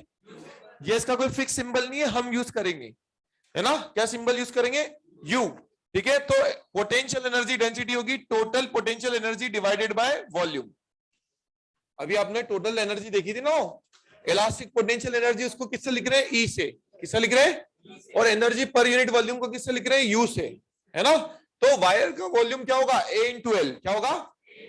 तो ये एक फॉर्मूला आपके पास आ गया, A L, E upon A L. क्या आ गया? ई कितनी थी? हाफ के डेल्टा एल का स्क्वायर या half F into delta L divided by volume कर दोगे तो आपको क्या मिल जाएगा? Energy per unit volume. ये बात समझ में आई? तो इसकी यूनिट भी बता देंगे, unit of you, unit of you क्या होगी? Joule per metre cube. क्या होगी? ये बात समझ में आई? अब हमको ये एनर्जी डेंसिटी निकालनी है इन terms of stress and strain. किसकी टर्म में? स्ट्रेस और स्ट्रेन की टर्म में। बड़े ध्यान से समझना, ठीक है बेटा? तो क्या कर रहे हैं अपन, ध्यान से देखना। तो सबसे पहले मैंने टोटल एनर्जी का फॉर्मूला लिखा, हाफ के डेल्टा एल का स्क्वायर। ये टोटल एनर्जी थी ना, है ना, इलास्टिक पोटेंशियल एनर्जी। तो यहां मैंने के को लिख लिया ए वाई बाय एल। क्या लिख लिया? ये लिख लिया। ठीक है बेटा। अब मुझे पता है कि यंग्स मॉडुलस होता है स्ट्रेस अपॉन स्ट्रेन, और तुम्हें भी पता है बात, यंग्स मॉडुलस क्या होता है, और तुम्हें पता है कि स्ट्रेस होता है एफ बाई ए। क्या होता है? और तुम्हें पता है स्ट्रेन होता है, क्या होता है? होता है कि नहीं होता है? पता है ना तुम्हें? तो अब ध्यान से देखो, मुझे स्ट्रेन का स्क्वायर लाना है। क्या लाना है? तो एक एल तो है, डेल्टा एल बाई एल का स्क्वायर बनाना है। तो एक एल तो है, एक की कमी है, तो क्या करें? एल से मल्टीप्लाई और डिवाइड कर दें। क्या कर दें? तो एल से मल्टीप्लाई और एल से डिवाइड कर दिया। कर दिया। ऊपर वाला एल ए के साथ लिख देंगे तो वॉल्यूम बन जाएगा। तो ये अपन थोड़ा सा स्टाइल से लिखते हैं, हाफ ए इंटू एल एक साथ लिख लिया और वाई एक साथ लिख लिया, और ये दोनों एल इसके साथ ले गए तो डेल्टा एल बाई एल का होल स्क्वायर बन गया। और ये टोटल एनर्जी है। टोटल एनर्जी के नीचे एल ले आओगे तो क्या बन जाएगा? Energy per unit volume. वही तो निकालना चाहते हैं हम। तो ई बाई ए एल क्या आ गया? यही तो यू है, यही तो। ये कितना आएगा? हाफ वाई इंटू स्ट्रेन का स्क्वायर, हाफ वाई इंटू, तो आपके पास यू का एक फॉर्मूला आ गया, क्या आ गया, हाफ वाई इंटू स्ट्रेन का स्क्वायर। यस और नो? पोटेंशियल एनर्जी डेंसिटी यानी कि एनर्जी पर यूनिट वॉल्यूम का एक फॉर्मूला आपको मिल गया ना। अब दूसरा फॉर्मूला, हमें यहाँ स्ट्रेस भी लाना है, क्या लाना है, तो यहां से देख सकते हो स्ट्रेन इंटू वाई बराबर स्ट्रेस, है ना। तो एक स्ट्रेन को वाई के साथ लिख लो, तो वाई इंटू एक स्ट्रेन क्या बन जाएगा, स्ट्रेस, और एक और स्ट्रेन बचेगा, तो आपके पास क्या जाएगा, हाफ स्ट्रेस इंटू स्ट्रेन। अरे आएगा नहीं आएगा, पक्की बात। तो ये एक और फॉर्मूला हमने बना दिया, ठीक है, हाफ स्ट्रेस इंटू स्ट्रेन। अब हमें यहां से स्ट्रेन को हटाना है, क्या करना है, तो स्ट्रेन को यहां से क्या लिख दोगे, स्ट्रेस अपॉन वाई, क्या लिख दोगे, ये ऊपर ले जाओ ना, ये वाई नीचे ले जाओ, तो स्ट्रेस अपॉन वाई, तो ये स्ट्रेन को रिप्लेस कर दो स्ट्रेस अपॉन वाई से, तो क्या आएगा, स्ट्रेस का whole square upon 2 into Y. ये एक और फॉर्मूला आपके पास आ गया कि नहीं आ गया। तो यहां पर हमें डेरिवेशन याद नहीं रखना, आपको सबसे पहली बात तो याद रखना है पीईडी मतलब पोटेंशियल एनर्जी डेंसिटी, क्या ये जो हमें क्या बता रही है, वायर के यूनिट वॉल्यूम में कितनी इलास्टिक पोटेंशियल एनर्जी आई है, ठीक है, तो वो क्या होगा, एनर्जी पर यूनिट वॉल्यूम। तो टोटल इलास्टिक पोटेंशियल एनर्जी आपने आज ही देखी, हाफ के डेल्टा एल स्क्वायर, उसमें वॉल्यूम से डिवाइड कर दोगे तो भी मिल जाएगी। या अगर आपको क्वेश्चन में इनमें से कौन सा फॉर्मूला कब यूज करना है, ये डिपेंड करेगा क्वेश्चन के डेटा पर, किस पे डिपेंड करेगा। फॉर एग्जांपल मान लो आपको क्वेश्चन में यंग्स मॉडुलस दिया है, क्या दिया है, डेल्टा एल और एल की नॉलेज दी है, डेल्टा एल दिया है मतलब एलोंगेशन दिया है, और वायर की इनिशियल लेंथ दी है, और तो आप ये लगा दोगे फॉर्मूला। अगर क्वेश्चन में आपको यंग्स मॉडुलस नहीं दिया, क्या नहीं दिया, फोर्स दिया हुआ है और एरिया दिया हुआ है वायर का, क्या दिया हुआ है, एरिया या रेडियस ऑफ क्रॉस सेक्शन दिया है, और साथ में डेल्टा एल और एल दिया है, तो ये लगा दोगे, है ना। और क्वेश्चन में आपको डेल्टा एल और एल की नॉलेज ही नहीं दी, लेकिन फोर्स और रेडियस ऑफ क्रॉस सेक्शन दिया, यंग्स मॉडुलस दिया, तो ये लगा दोगे। और अगर क्वेश्चन में ऑलरेडी टोटल एनर्जी दी है, क्या दिए, और वायर का क्रॉस सेक्शन और लेंथ दी है, तो ये लगा दोगे ना। तो मतलब यहां से आपने कितने फॉर्मूले देख लिए एनर्जी डेंसिटी के, 4 फॉर्मूले, कितने देख लिए, और 5वां और देखने वाले हैं अपन। तुमने स्ट्रेस स्ट्रेन का ग्राफ देखा था इलास्टिक लिमिट के अंदर अंदर, कैसा आता है, हम सब जानते हैं विद इन इलास्टिक लिमिट ये ग्राफ कैसा आता है कि नहीं आता, और उसका स्लोप हमें क्या देता है, मॉडुलस ऑफ इलास्टिसिटी, तो देता ही नहीं देता, क्या देता है, मॉडुलस ऑफ। तो वही ग्राफ अगर हम दोबारा बनाए स्ट्रेस और स्ट्रेन के बीच में, तो बेसिकली ये लॉन्गिट्यूडनल स्ट्रेस और ये लॉन्गिट्यूडनल स्ट्रेन है ना। इलास्टिक लिमिट के अंदर अंदर ग्राफ आता है स्ट्रेट लाइन, कैसा आता है। तो अगर अपन इस ग्राफ का एरिया अंडर द कर्व निकाल ले, है ना, तो ये एक राइट एंगल ट्राइंगल बन रहा है, राइट एंगल ट्राइंगल बन रहा है। राइट एंगल ट्राइंगल का अगर तुम एरिया लिखोगे तो लिखोगे half base into height, base तो है स्ट्रेन, हाइट है स्ट्रेस, तो क्या बनेगा, हाफ स्ट्रेस इंटू स्ट्रेन, और हाफ स्ट्रेस इंटू स्ट्रेन क्या दिख रहा है तुम्हें, बोलो, ये दिख रहा है हाफ स्ट्रेस इंटू स्ट्रेन, क्या ये है ना, पोटेंशियल एनर्जी डेंसिटी यू, क्या ये बात समझ में आई। और हमें पता है कि इसका जो स्लोप है, स्लोप यानी कि टेन थीटा क्या है, वो बराबर है स्ट्रेस अपॉन स्ट्रेन के। बेसिकली ये लॉन्गिट्यूडनल स्ट्रेन और लॉन्गिट्यूडनल स्ट्रेस है, तो इसका ये क्या देगा, यंग्स मॉडुलस देगा, ये बात समझ में आई। तो आज के बाद डायरेक्ट याद रखिए आप कि स्ट्रेस वर्सेस स्ट्रेस ग्राफ का, स्ट्रेस वर्सेस स्ट्रेन ग्राफ का स्लोप तो हमें देता है मॉडुलस ऑफ इलास्टिसिटी, और इसका एरिया अंडर द कर्व में क्या देता है, पोटेंशियल एनर्जी डेंसिटी, क्या देता है बेटा, समझ में आई बात, ठीक है। अच्छा अब तुम मुझे बताओ कि पोटेंशियल एनर्जी डेंसिटी के कितने फॉर्मूले आ गए, कितने तरीके से क्वेश्चन बन सकता है, इस पे बन सकता है, इस पे बन सकता है, इस पे बन सकता है, इस पे बन सकता है, और ग्राफ पे बन सकता है, 5। तो आपको कॉन्सेप्ट याद रखना है, 5 में से कौन सा फॉर्मूला कब लगेगा ये डिपेंड करेगा क्वेश्चन के डेटा पर, सही है। तो अब तो मुझे ये बताओ कि टोटल एनर्जी कितने फॉर्मूले आपके पास, टोटल एनर्जी कितने तरीके से निकाल सकते हो, टोटल एनर्जी आप 5-6 तरीकों से निकाल सकते हो। कैसे, अगर आपको क्वेश्चन में पहला तो आप लगा सकते हो हाफ के डेल्टा एल स्क्वायर, दूसरा तुम लगा सकते हो half F into delta L, है ना, तीसरा तुम्हें स्ट्रेस स्ट्रेन दिया हो तो तुम एनर्जी डेंसिटी निकाल के इसको वॉल्यूम से मल्टीप्लाई कर दो, तो 3 फॉर्मूले से बन गए ना। चौथा तुम्हें ग्राफ दिया हो और ए इंटू एल दिया हो, तो आप पहले ग्राफ से क्या निकाल लो, एनर्जी पर यूनिट वॉल्यूम निकाल लो, उसको किससे मल्टीप्लाई कर दो, वॉल्यूम से, तो भी आ जाएगा आपके पास टोटल एनर्जी, आ जाएगा ना। तो इन सबको कैसे यूज करना है ये अब हम और सीखेंगे क्वेश्चन के थ्रू, ठीक है ना। आप लिखो, अब इसके बाद क्वेश्चन करेंगे फिर अपन।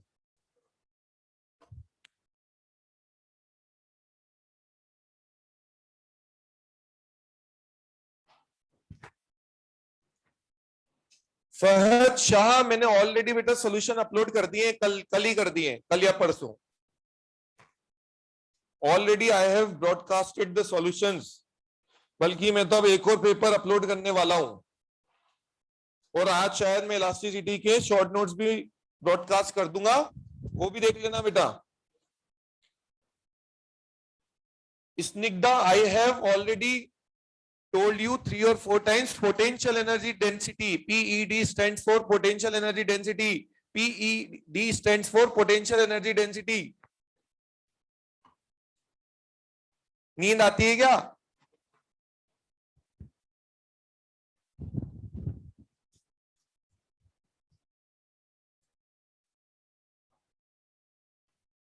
यहां पे भी लिख देता हूं।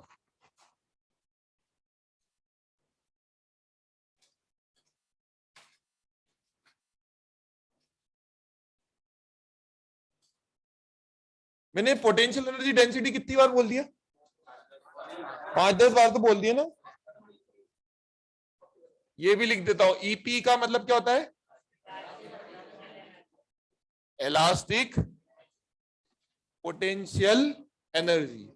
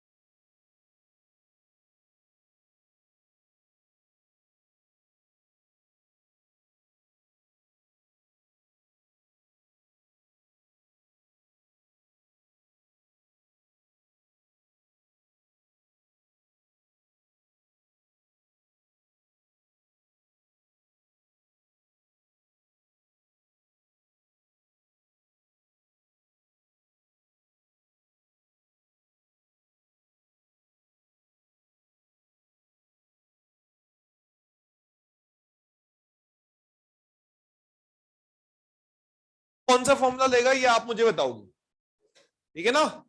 कौन से क्वेश्चन में कौन सा फॉर्मूला अप्लाई होगा ये आपको मुझे बताना है। और जो मैं क्वेश्चंस लिखा रहा हूं इसमें जो सबसे लास्ट क्वेश्चन है वो सबसे अच्छा क्वेश्चन है, वो आप करके लाओगे घर से, है ना? कल अपना दिमाग लगाना, हो जाएगा।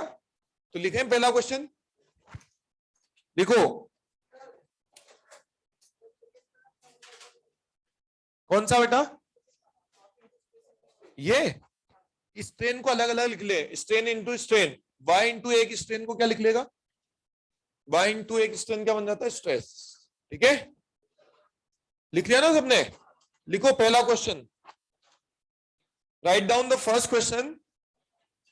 Length of a wire, length of a wire increased by 0.04%. Length of a wire increased by 0.04%. Then find out PED. PED stands for short में लिखेंगे अपन, है ना? Then find out potential energy density यानी कि PED stored in the wire. Then find out potential energy density stored in the wire. Bracket में Young's modulus Y की value आप लिख दो। Y दिया हुआ है 2 into 10 to the power 9 newton per metre square. 2 into 10 to the power 9 newton per metre square. ठीक है, अगला क्वेश्चन लिखो। Two wires P and Q. Two wires P and Q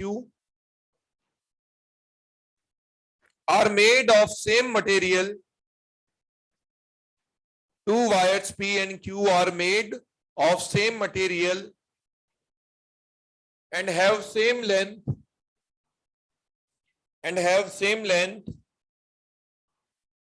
Full stop. आगे लिखो। The ratio of radius of both wires, the ratio of radius of both wires is 1:2, is 1:2. Full stop. आगे लिखें। When they are stretched by same force, when they are stretched by same force, then find out the ratio of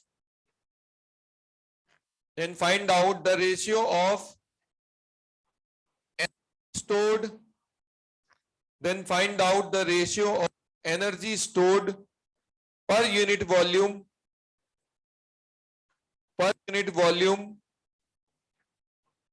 in both wires P and Q. In both wires P and Q. Okay? अगला question लिखो। A block of mass M,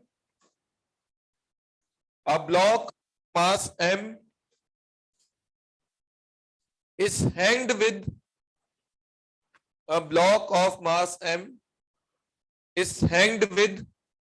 two massless wires P and Q. Hanged with two massless wires P and Q as shown in figure.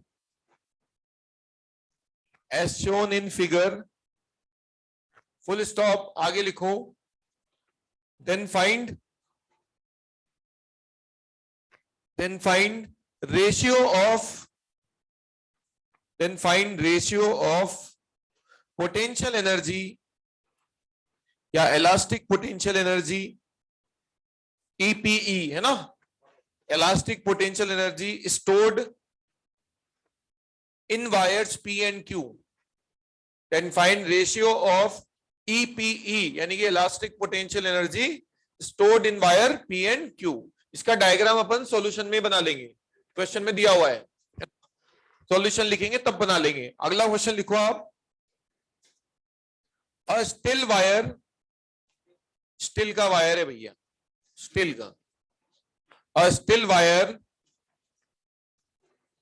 of length 4 meter, a steel wire of length 4 meter is stretched by 2 mm, is stretched by 2 mm, 2 mm millimetre है ना, full stop. आगे लिखे, full stop लगा के, the cross sectional area of the wire, the cross sectional area of the wire is 2 mm square, यानी कि 2 millimetre square. The cross sectional area of the wire is 2 mm square, full stop लगाएं। आगे लिखिए, if Young's modulus of steel, if Young's modulus of steel is 2 into 10 to the power 11, 2 into 10 to the power 11 per meter square, then find dash करके अगली line में first लिखो आप, energy density of wire, energy density of wire, और दूसरा लिख लो EPE stored in the wire, EPE यानी कि elastic potential energy stored in the wire. ठीक है, अगला क्वेश्चन लिखो, a wire of length 4 metre, a wire of length 4 meter is hanged vertically, wire of length 4 meter is hanged vertically from ceiling, a wire of length 4 meter is hanged vertically from ceiling, full stop। आगे लिखो, if it is stretched due to its own weight, if it is stretched due to its own weight, if it is stretched due to its own weight,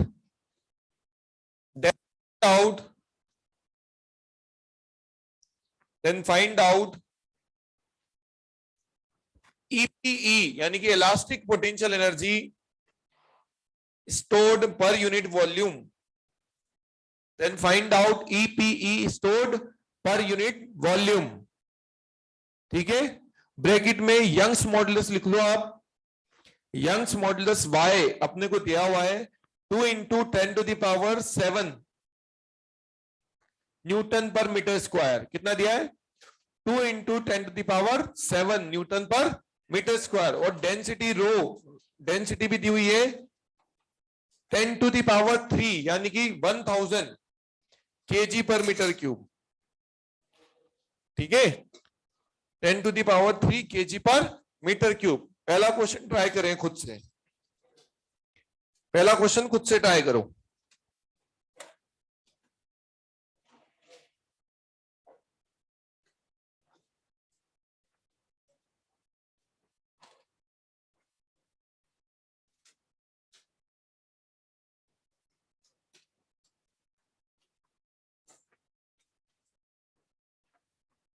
जब भी आप इस पे base question करो तो सबसे पहले ये ध्यान से देख लेना कि इलास्टिक पोटेंशियल एनर्जी का रेशियो पूछा है या इलास्टिक पोटेंशियल एनर्जी पूछी है या पोटेंशियल एनर्जी डेंसिटी पूछी है, ये जरूर देख लेना, नहीं तो आता हुआ क्वेश्चन भी गलत हो जाएगा।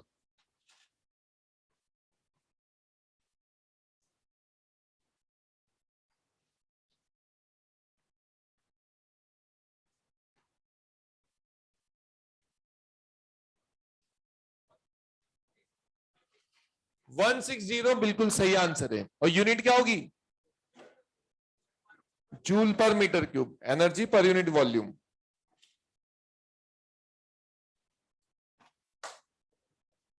देखें देखो बेटा बोर्ड पे ध्यान दो। पहला क्वेश्चन, पहले क्वेश्चन में हमें बोला गया है एक वायर को अपन ने एलोंगेट किया है, कितना 0.04% है ना। तो डेल्टा एल बाई एल दिया हुआ है अपने को, डेल्टा एल बाई एल कितना दिया हुआ है बोलो 0.04% यानी कि बाय 100, तो कितना दिया हुआ है 10 टू द पावर -4, ये हो गया। उसका यंग्स मॉडुलस भी दिया हुआ है, कितना दिया हुआ है 2 into 10 to the power newton per. तो अपने को बोला गया इस वायर को अपन ने इतना एलोंगेट किया 0.04%, उसका यंग्स मॉडुलस इतना है, तो उसका एनर्जी पर यूनिट वॉल्यूम यानी कि पोटेंशियल एनर्जी डेंसिटी बताना है ना। अब तुम मुझे बताओ कौन सा फॉर्मूला यूज किया जाए, स्ट्रेन वाला। कौन सा वाला, क्योंकि हमें पता है डेल्टा एल बाई एल क्या होता है, स्ट्रेन होता है। क्या होता है ना।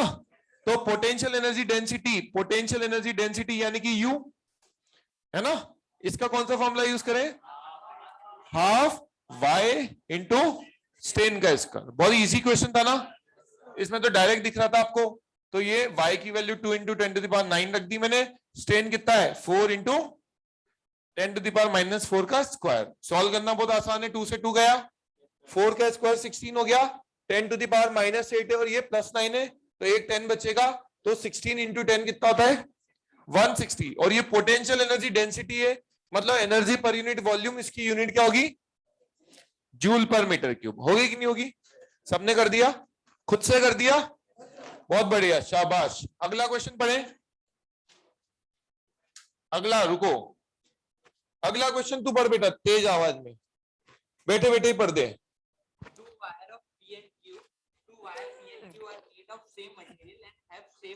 बस रुको, दो वायर्स में कंपैरिजन करा रहा है, क्या करा रहा है ना, पोटेंशियल एनर्जी डेंसिटी का या पोटेंशियल एनर्जी का कंपैरिजन करा रहा है। तो जब भी कंपैरिजन करा रहा है तो आप उनके पैरामीटर्स लिखोगे, क्या लिखोगे है ना, जैसे अपन डेल्टा एल में लिखते थे ना, डेल्टा एल का रेशियो निकालते थे, वहां पे भी ये काम करते थे। तो पहली लाइन में बोला गया दो वायर पी और क्यू है, सेम मटेरियल के और सेम लेंथ है। तो सेम मटेरियल मतलब Young's modulus same, same length मतलब एल सेम है ना। उनकी रेडियस का रेशियो है 1:2, कितना है, तो अगर एक की रेडियस में आर मान लो तो दूसरे की 2r नहीं हो जाएगी, है ना। आगे बोलेंगे if they are stretched by the same force, दोनों को सेम फोर्स लगा के स्ट्रेच किया गया तो एफ भी सेम है, क्या सेम है। तो आगे हमसे पूछा गया है find the ratio of the energy stored पर यूनिट वॉल्यूम, मतलब एनर्जी डेंसिटी का रेशियो, किसका रेशियो, तो अपने को ये यू का ही रेशियो निकालना है ना। तो अब अपने पास बहुत सारे फॉर्मूले यू के, आप बताओ कौन सा लगाएं। फर्स्ट वाला नहीं लग सकता, स्ट्रेन वाला नहीं लग सकता, क्योंकि डेल्टा एल कहीं पे भी नहीं है ना। देखो ये जो डेटा पता है इससे अपन स्ट्रेस निकाल सकते हैं, स्ट्रेस होता है F/A और ये होता है पाई आर स्क्वायर। तो ऐसा फॉर्मूला देखो जिसमें स्ट्रेस आ रहा हो, लास्ट वाला आ रहा है ना, तो ये लास्ट वाला फॉर्मूला लगा दिया अपन ने, स्ट्रेस का होल स्क्वायर अपॉन 2y, ये यही लगाएंगे। तो सबसे पहले जब भी आपको दो वायर्स की पोटेंशियल एनर्जी का रेशियो निकालना हो तो पहले आप फॉर्मूले को सिंप्लीफाई करोगे, क्या करोगे, वैल्यू तो सबसे लास्ट में रखना। तो अगर मैं लिखूं स्ट्रेस का फॉर्मूला होता है F/A, क्या होता है का स्क्वायर अपॉन 2y, ये सुनो, इसी को आप लिख सकते हो F square upon 2a square y, ये लिख सकते हो। और a क्या होता है पाई आर स्क्वायर, क्या होता है, तो F square upon 2 pi R square का होल स्क्वायर इंटू y, ऐसे लिखोगे। अब आप देखो डिपेंडेंसी देखेंगे, क्या देखेंगे, जब हम दोनों के u1 बाई u2 करेंगे तो दोनों का फोर्स सेम में कट जाएगा, दोनों का y सेम में कट जाएगा और जो भी सेम है वो कट जाएगा, सही है ना। तो f सेम में दोनों का कट जाएगा, y सेम में 2 और पाई तो वैसे ही कांस्टेंट है। तो इसका मतलब पोटेंशियल एनर्जी डेंसिटी किसके प्रोपोर्शनल है, r की पावर 4। अब हम निकाल सकते हैं, है ना, क्या निकालें, देयरफॉर यूपी अपॉन बिहार मतलब यूपी अपॉन यूक्यू, है ना, potential energy density wire P में upon potential energy density wire Q में, ये किसके बराबर होगी, R Q upon R P की पावर 4। आर क्यू कितना है और ये कितना है आर, तो ये कितना आएगा 2r अपॉन आर की पावर 4। 16:1 आएगा। आएगा कि नहीं आएगा? सिंपल था बेटा क्वेश्चन। अगला क्वेश्चन देखो, फर्स्ट वाला फॉर्मूला ये बोल रहा है क्यों नहीं यूज हुआ, बताओ क्यों नहीं यूज हुआ? फर्स्ट वाला फॉर्मूला होता है हाफ वाई इंटू स्ट्रेन का स्क्वायर, स्ट्रेन होता है डेल्टा एल बाई एल। क्या यहाँ कहीं पे भी डेल्टा एल की इंफॉर्मेशन है? नहीं है ना बेटा, इसलिए यूज नहीं करा। ठीक है, अगला क्वेश्चन वो पढ़ो, वही ना मास हैंग हो रहा है दो मासलेस वायर्स पे। तो अगला क्वेश्चन ये है हमारे पास, ध्यान से समझे, ये डायग्राम क्वेश्चन में दिया हुआ है। क्या दिया हुआ है? ये डायग्राम क्वेश्चन में दिया हुआ है। ध्यान से देखो कि दो वायर्स हमारे पास, ये वायर पी है, ये कौन सा वायर है बेटा? इसके बारे में बोला है कि इसकी इनिशियल लेंथ थी एल, इसका रेडियस ऑफ क्रॉस सेक्शन था आर, यंग्स मॉडुलस था वाई। इसमें एक और वायर क्यू लग रहा है, ये वायर क्यू है। ठीक है, ये वायर कौन सा है? इसकी लेंथ है 2L और रेडियस ऑफ क्रॉस सेक्शन है 2R, यंग्स मॉडुलस है 2Y, है ना। और इसमें एक नीचे M मास का ये ब्लॉक लगा हुआ है। तो अब मैं आपको क्वेश्चन जो लिखा है वो बताता हूं।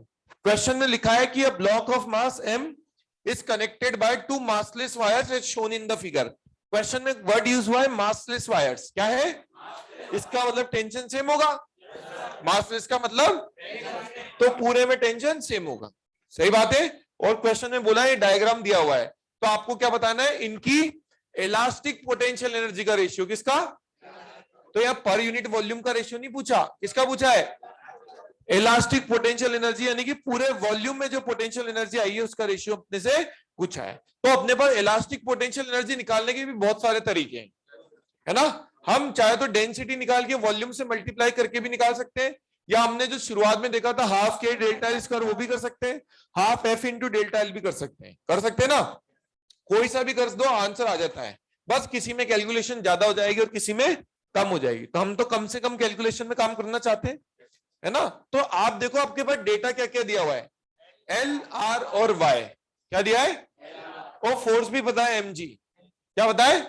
तो हम स्ट्रेस वाला फॉर्मूला यूज करें, कौन सा? तो आप ये u वाला फॉर्मूला यूज कर लो, स्ट्रेस का स्क्वायर अपॉन 2r, इसको वॉल्यूम से मल्टीप्लाई कर दो, है ना। तो क्या जाएगा? Total energy. या एक काम और कर सकते हो, क्या कर सकते हो कि हमें पता है कि पोटेंशियल एनर्जी का फॉर्मूला होता है एक half F into delta L. ये पढ़ा है ना हमने आज? क्या पढ़ा है?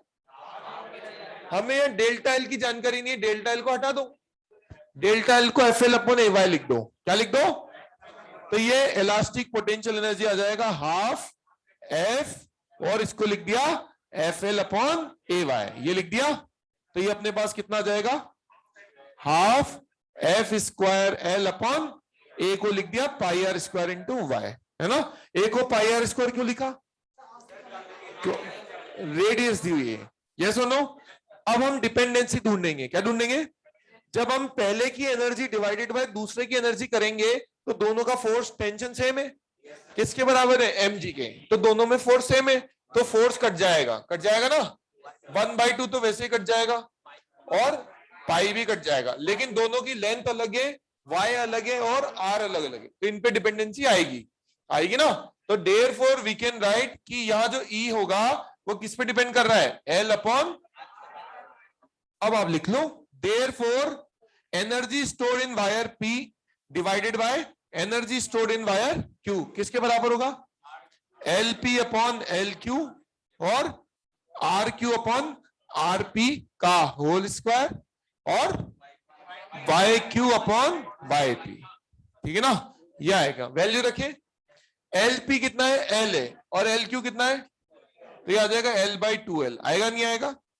RQ कितना है? 2R और RP कितना है? R। तो ये आएगा 2R अपॉन R का whole square. YQ upon YP, YQ कितना है? 2Y और वो कितना है? Y, है ना। तो ये आपके पास 1/2 और ये आपके पास 2/1, तो इसको कैंसिल कर दूं, कट जाएगा ना। और ये आएगा 2/1 का स्क्वायर, यानी कि तो ये आ जाएगा 4:1, ये इसका आंसर आ जाएगा बेटा। कर सकते हैं ना? ठीक है, लिखो, बाकी के क्वेश्चन देखते हैं अपन।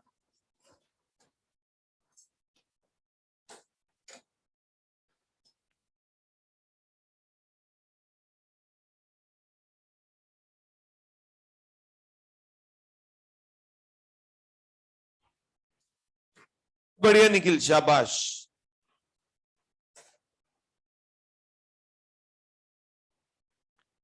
अभी बेटा और चैप्टर्स की शॉर्ट नोट्स नहीं है, मैं मंगा दूंगा टॉपर्स से और आप लोगों को भेज दूंगा। फिलहाल मेरे पास ग्रेविटेशन के थे, वो मैंने आपको भेज दिए। फ्लूइड के जैसे जैसे चैप्टर होते जाएंगे हमारे, वो मैं भेजता जाऊंगा। इलास्टिसिटी हो गया अभी, उसके मैं भेज ही दूंगा तुम्हें। और तुम्हारे जो पुराने टॉपिक्स है उनके भी मंगाने की कोशिश करते हैं, वो मिल जाएंगे तो वो भी भेज देंगे।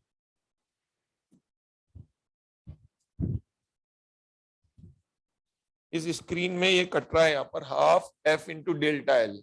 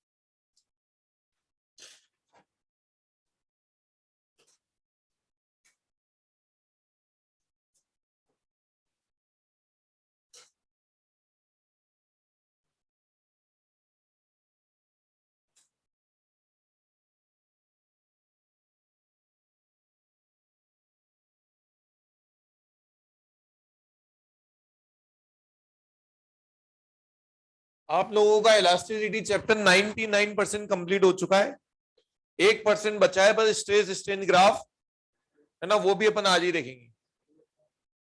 ठीक है, ताकि कल आज तुम सारा होमवर्क कर लेना, और फिर जब भी मेरी अगली क्लास आएगी कल या परसों, कल है ना, तो अपन इसके क्वेश्चन भी डिस्कस कर लेंगे।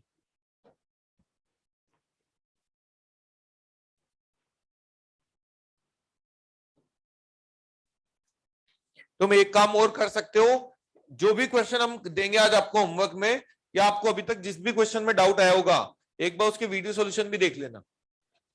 ठीक है, और कल अपन क्लास में भी डिस्कस कर लेंगे, तो उससे और अच्छे से समझ में आ जाएगा तुम्हें। ठीक है, पहले सारे ट्राई करना, फिर जो नहीं आया उसको एक बार फिर से ट्राई करना, और फिर भी बन ही नहीं रहा तो टाइम वेस्ट मत करना, क्योंकि कॉमन टेस्ट भी आ रहा है। ठीक है, उसकी वीडियो सॉल्यूशन देख लेना। लिख लिया सबने? चलो इसके बाद वाला क्वेश्चन देखें।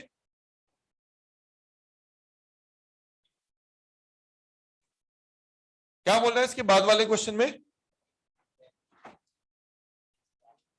एक स्टील का वायर है अपने पास, उसकी लेंथ कितनी दी हुई है? 4 मीटर दी हुई है ना, और उसका एलोंगेशन कितना दिया है?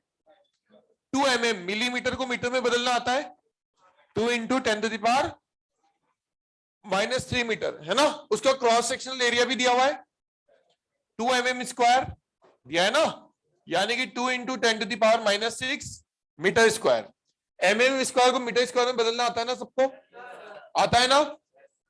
यंग्स मॉडुलस भी दिया हुआ है ना स्टील का, कितना दिया है?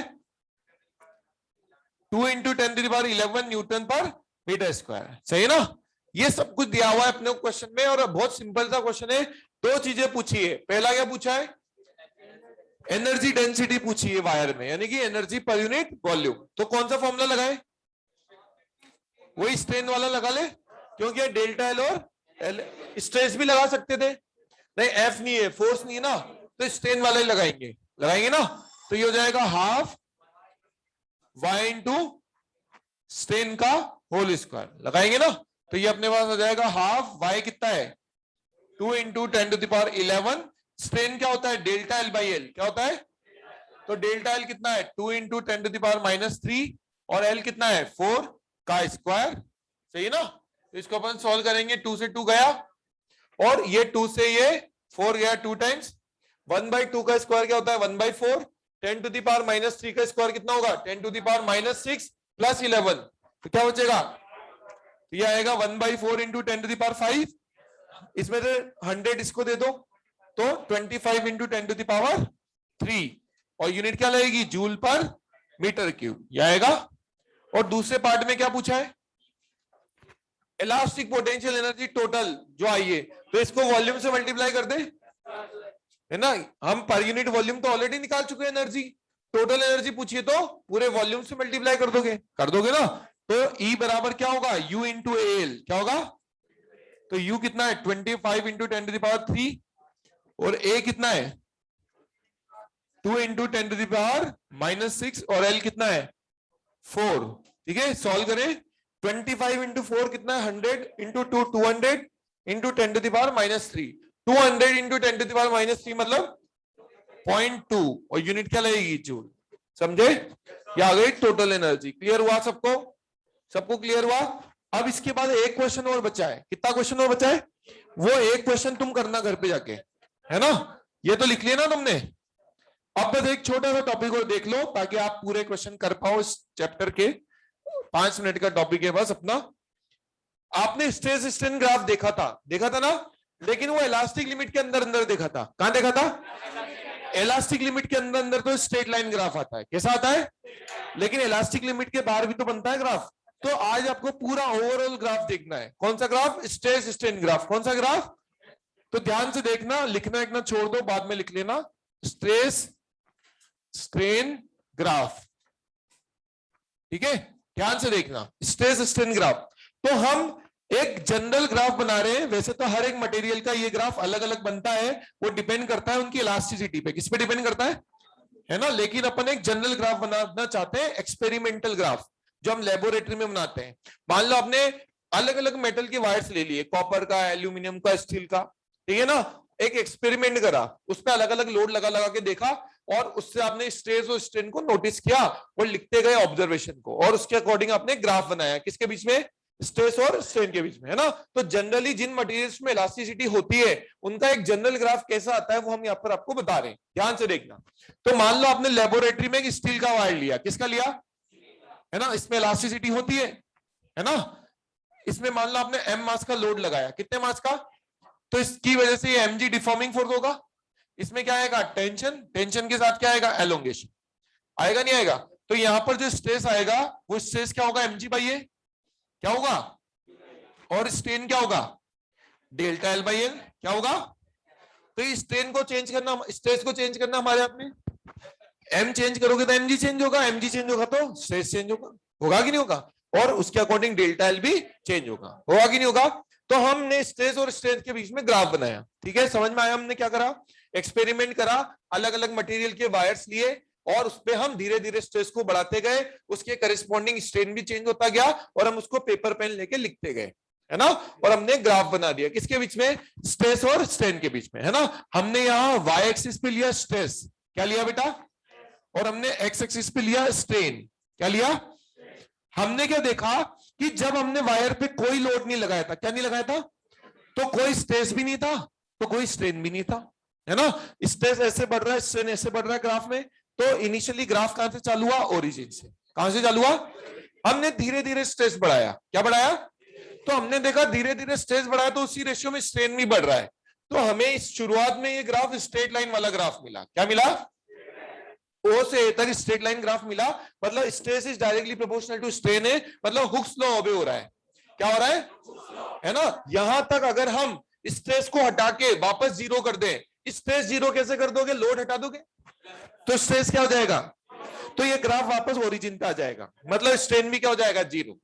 आई बात समझ में? तो इसका मतलब मुझे ये समझ में आ रहा है कि O से लेके A तक, कहां से? O से लेके A तक क्या हुआ? हुक्स लॉ ओबे हो रहा था। क्या हो रहा था? हुक्स लॉ ओबे हो रहा था। तो हमने यह लिख लिया O से लेके A तक stress is directly proportional to क्या है? स्ट्रेन है ना? यानी कि यहां पर क्या हो रहा है बेटा? Obeys Hooke's law. ये समझ में आया? Obeys Hooke's law. ये बात क्लियर हुई है ना? यहां पर क्या हो रहा है? हुक्स लॉ ओबे हो रहा है, ठीक है। अब इसके बाद क्या हुआ, हमने थोड़ा सा और स्ट्रेस बढ़ाया। क्या बढ़ाया? ठीक है ना, थोड़ा सा और स्ट्रेस बढ़ाया तो हमने देखा अब ये ग्राफ स्ट्रेट लाइन नहीं रहा। क्या नहीं रहा? कर्व आ गया इसमें। क्या गया?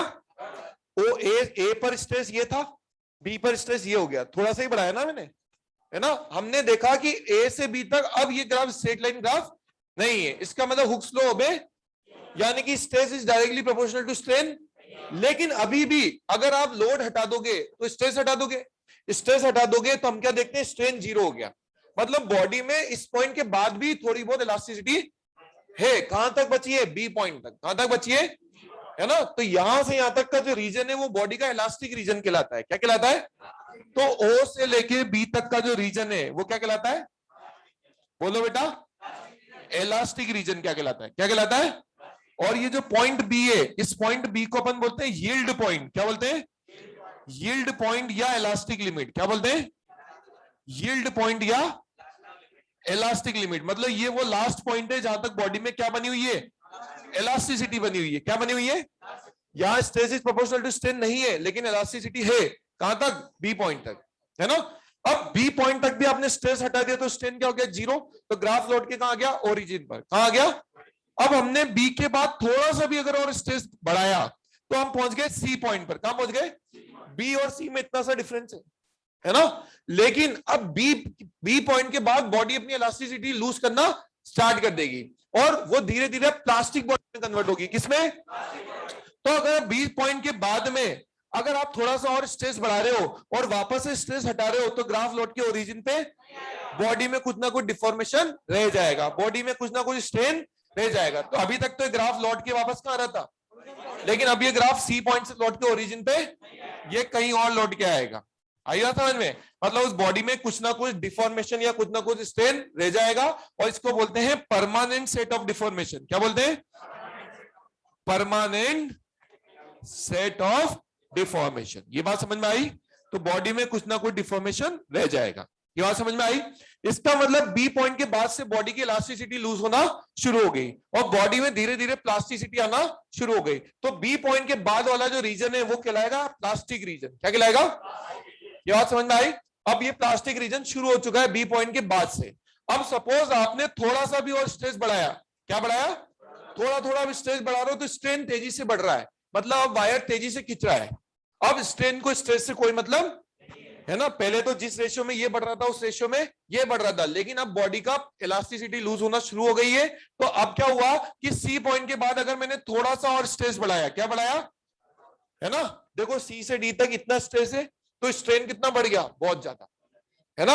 और आप पहुंच गए ब्रेकिंग स्ट्रेस वाले पॉइंट पर। कहां पहुंच गए? कहां पहुंच गए? ये ब्रेकिंग स्ट्रेस पॉइंट है, यानी कि टूटने से ठीक पहले वाला। आई बात समझ में? इस बी पॉइंट को क्या बोलते हैं? ब्रेकिंग पॉइंट या ultimate tensile stress strength point. क्या बोलते हैं? ब्रेकिंग पॉइंट या है ना अल्टीमेट स्ट्रेस पॉइंट भी बोल सकते हो, ठीक है। तो इसके जब एक बार यहां पर पहुंच गए आप, इसके जस्ट बाद क्या जाएगा? बॉडी में फ्रैक्चर आ जाएगा। इसके बाद अगर आपने स्ट्रेस कम भी कर दिया, ये ग्राफ कहां गया? नीचे। मतलब हमने स्ट्रेस क्या कर दिया? कम, तो भी वायर टूट जाएगा। आई बात समझ में? और उसमें क्या जाएगा? फ्रैक्चर। क्या जाएगा? तो इस ई पॉइंट को बोलते हैं फ्रैक्चर पॉइंट। क्या बोलते हैं? तो यहाँ पॉइंट ई क्या कहलाता है बेटा? बोलो। पॉइंट ई कहलाता है फ्रैक्चर पॉइंट। क्या कहलाता है? फ्रैक्चर पॉइंट, ठीक है ना। और पॉइंट क्या था ये? डी। पॉइंट डी क्या कहलाता है? या तो ब्रेकिंग पॉइंट बोल दो। क्या बोल दो? ब्रेकिंग पॉइंट या अल्टीमेट स्ट्रेस पॉइंट। क्या बोलते हैं? ये वही ब्रेकिंग स्ट्रेस वाला पॉइंट है ना। इसको क्या बोला? Ultimate stress point. ये समझ में आया नहीं आया तुम्हारे? है ना। बी से आपका इलास्टिक रीजन शुरू हो गया तो बीई जो है उसको क्या बोलोगे आप? Plastic region. बी से इलास्टिसिटी खत्म होना शुरू होगी ना और प्लास्टिक रीजन स्टार्ट हो गया। कौन सा रीजन स्टार्ट हो गया? ये बात समझ में आई? ठीक है। तो इस ग्राफ के बेसिस पे हमने मटेरियल को 3 कैटेगरी में कैटेगराइज करा। पहले वो मटेरियल जिसमें प्लास्टिक रीजन लार्ज होता है। क्या होता है?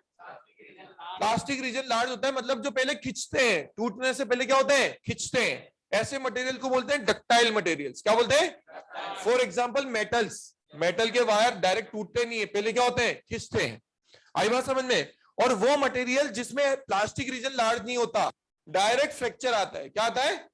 ये ई पॉइंट यहीं आ जाता है पास में। ऐसे मटेरियल्स को बोलते हैं ब्रिटल मटेरियल्स। क्या बोलते हैं? जो खिंचते नहीं है, डायरेक्ट टूटते हैं। आई बात समझ में? उनको क्या बोलते हैं? Brittle materials. ठीक है। और तीसरे वो मटेरियल्स होते हैं जिनमें इलास्टिसिटी तो होती है, लेकिन उनमें stress is proportional to strain नहीं होता, यानी कि वो हुक्स लॉ को ओबे। ऐसे मटेरियल को बोलते हैं इलास्टोमर्स। क्या बोलते हैं? है ना, आपने पढ़ा होगा हार्ट में आर्टरीज होती है, tissues of aorta, tissues of, वो किसका एग्जांपल है? इलास्टोमर्स का। किसका? ये बात समझ में आई? तो जो डक्टाइल मटेरियल्स होते हैं, कौन से? उसमें डी और ई के बीच में बहुत गैप होता है। किसके बीच में? डक्टाइल मटेरियल्स में। जबकि जो ब्रिटल मटेरियल्स होते हैं उसमें डी और ई पास में आते हैं। आई बात समझ में? डी और ई क्या होते हैं? पास में। और इलास्टोमर्स तो एक अलग ही कैटेगरी है, उसमें stress is directly proportional to strain. वो मैं आपको अगले टर्न पे बताऊंगा सारे ग्राफ। ठीक है। तो फिलहाल मैं एक बार जल्दी से रिपीट करा दूं। इनिशियली जब स्ट्रेस 0 था तो स्ट्रेन भी क्या था? धीरे धीरे हमने स्ट्रेस बढ़ाया तो स्ट्रेन भी बढ़ा, यानी कि ओ से ए तक क्या हो रहा है? Stress is proportional to strain है, हुक्स लॉ ओबे हो रहा है ना? ए के बाद हमने थोड़ा सा और स्ट्रेस बढ़ाया तो हमने देखा बी पॉइंट तक हमने स्ट्रेस बढ़ाया, वापस से स्ट्रेस 0 कर दिया तो स्ट्रेन भी, मतलब ये बी पॉइंट वो लास्ट पॉइंट है जहां तक बॉडी में इलास्टिसिटी बनी हुई है। आई बात समझ में? तो ओ से लेके बी तक का रीजन क्या कहलाता है? इलास्टिक रीजन कहलाता है। क्या कहलाता है? बी के बाद से इलास्टिसिटी लूज होना स्टार्ट हो जाएगी और प्लास्टिक रीजन स्टार्ट हो जाएगा। क्या होगा? बी के बाद अगर हमने थोड़ा सा भी और स्ट्रेस बढ़ाया, फॉर एग्जांपल हम सी पॉइंट पर पहुंच गए और अब हम अगर स्ट्रेस को 0 कर दें तो स्ट्रेन 0, बॉडी में कुछ ना कुछ डिफॉर्मेशन, उसको क्या बोलते हैं? Permanent set of deformation. ठीक है। अब बी के बाद आप सी पर पहुंचे, सी से आपने और ज्यादा स्ट्रेस बढ़ाया तो आपने स्ट्रेस तो केवल इतना से बढ़ाया और स्ट्रेन बढ़ रहा है बहुत तेजी से, है ना? यानी कि बॉडी का तेजी से डिफॉर्मेशन हो रहा है। और आप अगर ब्रेकिंग स्टेज वाले पॉइंट पर पहुंच गए तो उसके कुछ बाद, ठीक है, ब्रेकिंग स्टेज के बाद अगर आप स्टेज को कम भी कर दोगे तो भी आपको उसका टूटना पक्का है, यानी कि आपको क्या मिल जाएगा? फ्रैक्चर पॉइंट मिल जाएगा। क्या मिल जाएगा? तो इसको बोलते हैं फ्रैक्चर पॉइंट। ठीक है। तो ये पॉइंट बी को क्या बोलते हैं? यील्ड पॉइंट या इलास्टिक लिमिट। पॉइंट ई को क्या बोलते हैं? Fracture point. और पॉइंट डी को क्या बोलते हैं? ब्रेकिंग पॉइंट या अल्टीमेट स्ट्रेस पॉइंट। ठीक है। ठीक है बेटा, होमवर्क लिख लो आप जल्दी से। इलस्ट्रेशन 1 से 16 तक, इलस्ट्रेशन 1 से 16 तक, है ना? और बिगनर्स बॉक्स 1 और 2 कंप्लीट। एक्सरसाइज 1 में 1 से 37, ठीक है, लिख लिया।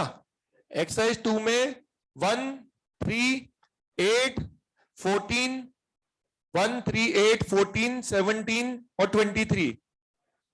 और एक्सरसाइज 2 में, एक्सरसाइज 3 में 1, 2, 3।